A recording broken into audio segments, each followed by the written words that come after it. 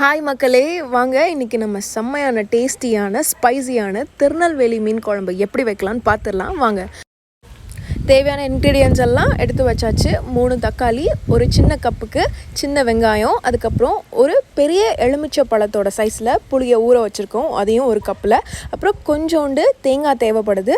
அப்புறம் 2 மிளகா, 3 பூடு, கொஞ்சோண்டு கொத்தமல்லி. இதெல்லாம் இருந்தால் நம்ம இன்றைக்கி அட்டகாசமான திருநெல்வேலி மீன் குழம்பு எப்படி வச்சிடலான்னு பார்க்கலாம். வாங்க. இப்போது ஸ்டவ்வை பற்ற வச்சாச்சு. உங்களுக்கு விருப்பமான பாத்திரத்தை எடுத்துக்கோங்க.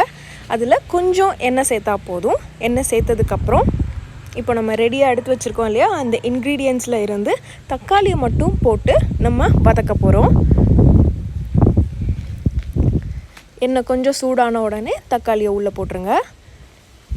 தக்காளி போட்டுட்டு அது கொஞ்சம் வதங்கட்டும். தக்காளி கொஞ்சம் லைட்டாக கொஞ்சம் சூடு பிடிச்ச உடனே கொஞ்சம் கொத்தமல்லியும் அதில் போட்டுருங்க. நல்லா வதக்குங்க.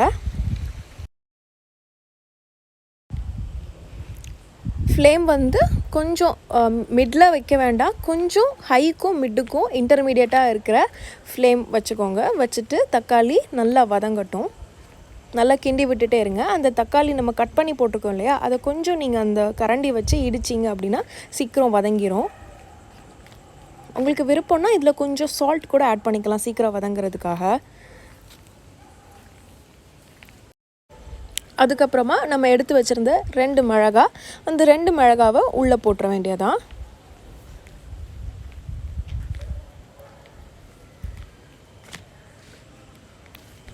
பாருங்கள், தக்காளி நல்லா வதங்கியாச்சு. இந்த ஸ்டேஜில் வதங்கினா போதும். அதுக்கப்புறமா நம்ம எடுத்து வச்சுருந்த வெங்காயம், தேங்காய், பூண்டு நல்லா அரைச்சிக்கோங்க. மிக்சியில் போட்டு அரைச்சிட்டு அதை ஒரு பக்கம் வச்சுக்கோங்க. அப்புறம் நம்ம ஊற வச்சுருந்த புளியும் கரைச்சி வச்சுக்கோங்க. இப்போ நம்ம இது ரெண்டுத்தையும் சேர்க்க போகிறோம். தக்காளி வதங்கினதுக்கப்புறம் இப்போ நம்ம புளியை ஃபஸ்ட்டு சேர்க்கலாம். ஊற வச்ச புளி தண்ணியை உள்ளே சேர்த்ததுக்கப்புறமா கொஞ்சம் கிண்டி விடுங்க.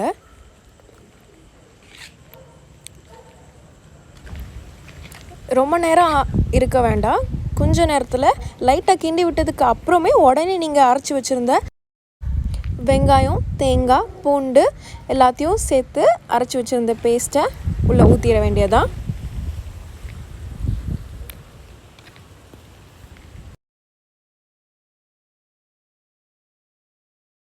மசாலா ஆட் பண்ணலாம். 1 டீஸ்பூன் மஞ்சள் தூள் ஆட் பண்ணிக்கோங்க.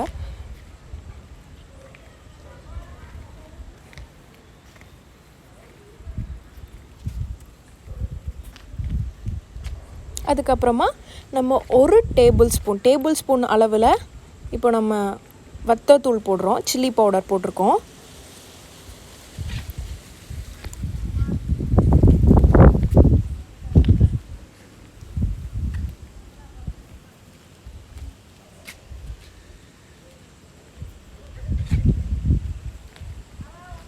அதுக்கப்புறம் தேவையான அளவு உப்பு ஆட் பண்ண போகிறோம்.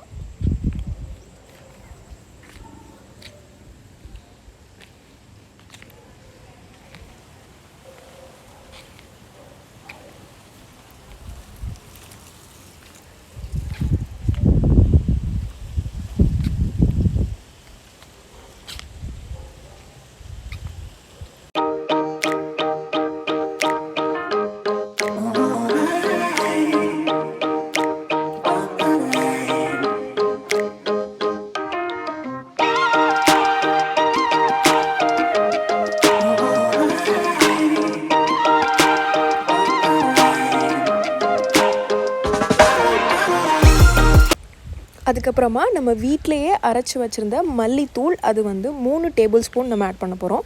இந்த மல்லித்தூள் வந்து வீட்டிலையே நம்ம அரைச்சதுனால அவ்வளோ வாசனையாகவும் அவ்வளோ ஃப்ரெஷ்ஷாகவும் இருக்கும். ஸோ இந்த ரெசிபி வேணும்னா கமெண்ட் பாக்ஸில் எனக்கு சொல்லுங்கள். நான் மசாலோட ரெசிபி உங்களுக்கு ஷேர் பண்ணுறேன் ஒரு நாள்.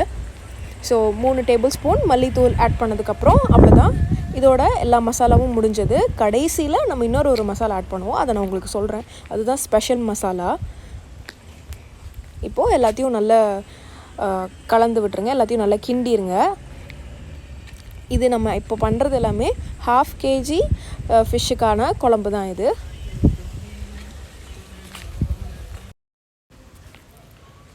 நல்லா கலந்து விட்டுருங்க. அதுக்கப்புறமா இப்போ நமக்கு தேவையான அளவு தண்ணி ஊற்ற போகிறோம்.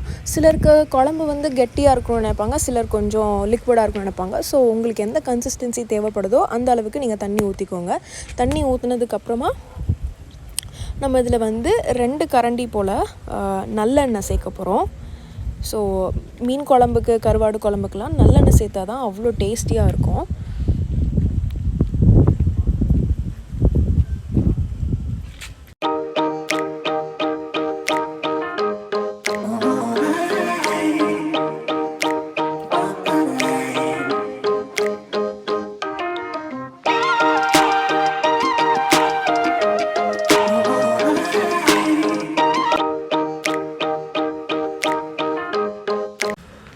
இப்போ நம்ம தேவையான அளவு தண்ணி ஊற்றினதுக்கப்புறமா இப்போ நம்ம என்ன இதில் ஆட் பண்ண போகிறோம் அப்படின்னு சொன்னால் 2 கரண்டி போல் நம்ம நல்லெண்ணெய் இதில் ஊற்ற போகிறோம். பாருங்கள், நல்லெண்ணெய் கருவாடு குழம்புக்கு, மீன் குழம்பு எல்லாத்துக்குமே நல்லெண்ணெய் ஊற்றினா தான் அவ்வளோ டேஸ்டியாக வரும்.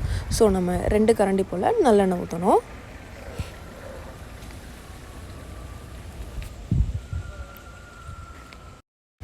அவ்வளவுதான். நல்லெண்ணெய் ஊற்றினதுக்கப்புறம் நல்லா கிண்டி விட்டுருங்க. குழம்ப கிண்டி விட்டுட்டு ஃப்ளேமை வந்து கொஞ்சம் ஹையில், ரொம்ப ஹையில் வைக்காமல் மிட்டுக்கும் ஹைக்கும் இன்டர்மீடியேட்டாக இருக்கிற அந்த ஃப்ளேமில் நீங்கள் வைங்க. வச்சுட்டு குழம்பு கொதிக்க வேண்டியதான்.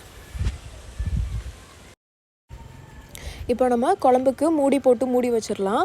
குழம்பு நல்லா கொதித்து வந்து மசாலா வாசனை எல்லாம் போனதுக்கப்புறம் தான் நம்ம மீனை வந்து ஆட் பண்ணணும். ஸோ இப்போ நம்ம வந்து மூடி வச்சிடலாம். குழம்ப மூடி வச்சதுக்கப்புறமா நல்லா கொதித்து வந்தது பாருங்கள். நல்லா கொதிச்சிட்ருக்கு. சைடில் உங்களுக்கு தெரியுதா? இந்த டைமில் நீங்கள் எடுத்து வச்சுருக்க ஃபிஷ், அதாவது 1/2 kg ஃபிஷ் நம்ம போட போகிறோம்.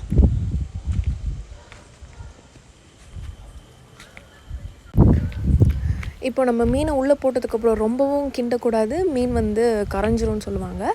ஸோ மீனை உள்ளே போட்டு ஒரு 2 தடவை லைட்டாக கலக்கி விட்டதுக்கப்புறம் நம்ம மூடி போட்டு மூடிட்டு 5 நிமிஷம் தான் மீன் வேகிறதுக்கு. அதுக்கு மேலே விட்டிங்க அப்படின்னா மீன் வந்து ரொம்ப கலண்டுரும் குழம்புல. ஸோ 5 நிமிஷம் வெந்ததுக்கப்புறம் நம்ம ஆஃப் பண்ணிட வேண்டியதான் ஸ்டவ்வை. அதுக்கப்புறம் நம்ம வந்து குழம்ப தாளித்து இறக்கிற வேண்டியதான். இவ்வளவு தான் நம்மளோட மீன் குழம்போட ரெசிபி.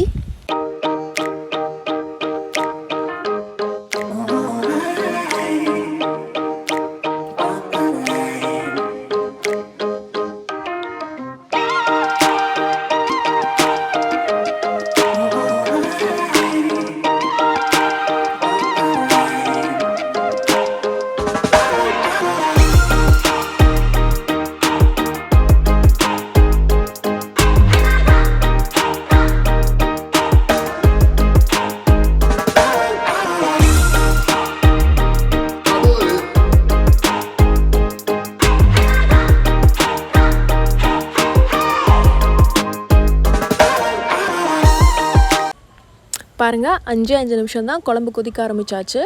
இந்த ஸ்டேஜில் நம்ம ஸ்டவ்வை ஆஃப் பண்ணிடணும். ஒரு தடவை நான் பாருங்கள், இதுக்கே வந்து மீனெல்லாம் கலண்டுடுச்சு. ஸோ இந்த ஸ்டேஜில் நம்ம ஸ்டவ்வை ஆஃப் பண்ணிட வேண்டியதான். கொஞ்சம் ஒரு தடவை கிண்டி விட்டுட்டு, ரொம்பவும் கிண்டக்கூடாது, லைட்டாக கிண்டி விட்டுட்டு நம்ம ஸ்டவ்வை ஆஃப் பண்ணிடலாம்.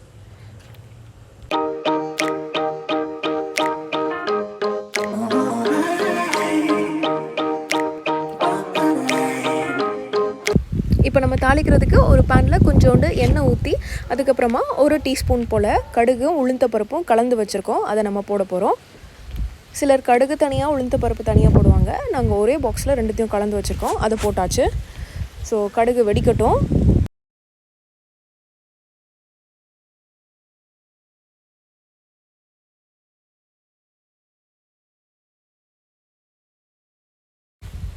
அதுக்கப்புறமா சின்ன வெங்காயம் ஒரு 2லேருந்து 3 வெங்காயம் குட்டி குட்டியாக கட் பண்ணி அதையும் உள்ளே போட்டுருங்க. வெங்காயம் வந்து நல்ல ப்ரௌனிஷ் கலரில் வரணும் மீன் குழம்புக்கு, அப்போ தான் நல்லாயிருக்கும். ஸோ வெங்காயம் வந்து நல்லா வதங்கட்டும். இப்போது வெங்காயம் நல்லா ப்ரௌன் கலரில் வதங்கியாச்சு. வதங்கினதுக்கப்புறம் இதில் நம்ம 1 டீஸ்பூன் நம்ம வீட்டிலேயே அரைச்சி வச்சுருந்த அந்த ஸ்பெஷல் மசாலா அதை நம்ம இதில் ஆட் பண்ண போகிறோம். இதில் 5 to 6 இந்தியன் ஸ்பைசஸ் வந்து சேர்த்து இதை அரைச்சி வச்சுருக்கோம். இதோட ரெசிபி வேணுன்னா எனக்கு சொல்லுங்கள், நான் ஷேர் பண்ணுறேன். அதோட ஒரு கொத்து கருவேப்பிலையும் போட்டு தாளிப்பு முடிச்சாச்சு. ஸோ தாளிப்பு முடித்தோடனே அதை எடுத்து அப்படியே நம்ம குழம்புல ஊற்றிட வேண்டியதுதான்.